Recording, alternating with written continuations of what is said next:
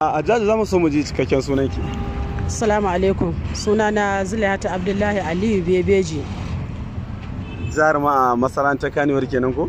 Jaruma mai taka rol ɗin uwa a masana'antar shirya fina-finan Hausa. Wacce aka fi sani uwa ta gari, ni ce maman Haidar, Hajiya Gaida, Hajiya Zulai, gashi nan dai. Ai shi sa ni ma da na tashi na ce Hajjaju gashi mun ga kun yi wani taro abin ban sha'awa, mata wanda suka bar harkar da wanda suka manyanta da na tsakiya da na yanzu an halarci wannan taro naku. Me za ki bayyana mana dangane da wannan haɗuwar da kuka yi na yin wannan taro naku? Wallahi makasudin haɗin wannan taro shine saboda ya kasance zumuncinmu ya zama bai ragu ba. Ko da yaushe idan ana irin wannan kaga ana ƙara motsa zumunci, saboda wani sai a daɗe ba a haɗu da shi ba.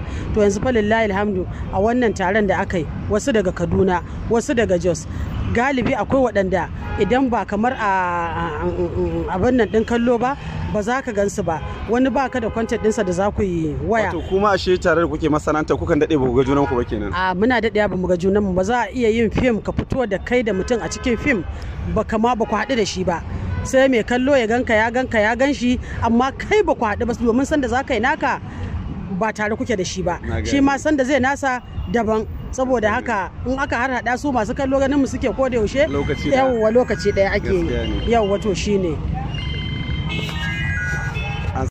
Me za ki ce dangane da wannan taron, shin kwalliya ta biya kuɗin sabulu ko kina ganin akwai saura? A kwalliya ta biya kuɗin sabulu, sai dai kuma shi da al'amari na rayuwa ana son haɗin kai, domin tsintsiya ɗaya ba ta shara.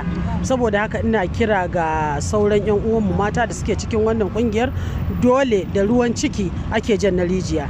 Sai an yi haƙuri idan abu ya taso irin wannan, a rika haƙuri ana daurewa. Yanzu fa lillahi alhamdu kamar ni da ka ganni a wannan gurin, wallahi azima ana gobe sallah, wani mahaifina ne shi kadai ya rage mana a cikin gidanmu a Bebeji, ya rasu shekaran jiya na dawo, amma saboda mahimmancin wannan abin na halarta yau ko bakwai ba a yi ba da rasuwan nan. To mata yana da kyau a yi haƙuri a daure, saboda ƙungiyar nan tana da members da yawa, amma kaga irin mutanen da suka haɗu gaba ɗaya. Da saboda haka dai kiran da zan yi wa mata kenan, amma duk da hakan ma falillahi alhamdu kwalliya ta biya kuɗin sabulu. To menene sakonki ga masoyanki na duniya baki ɗaya? To masoyana, ina godiya da ƙauna da ake nuna mana, ina godiya Allah ya saka da alkhairi, Allah ya bar ƙauna. To muna gode. To madalla, assalamu alaikum.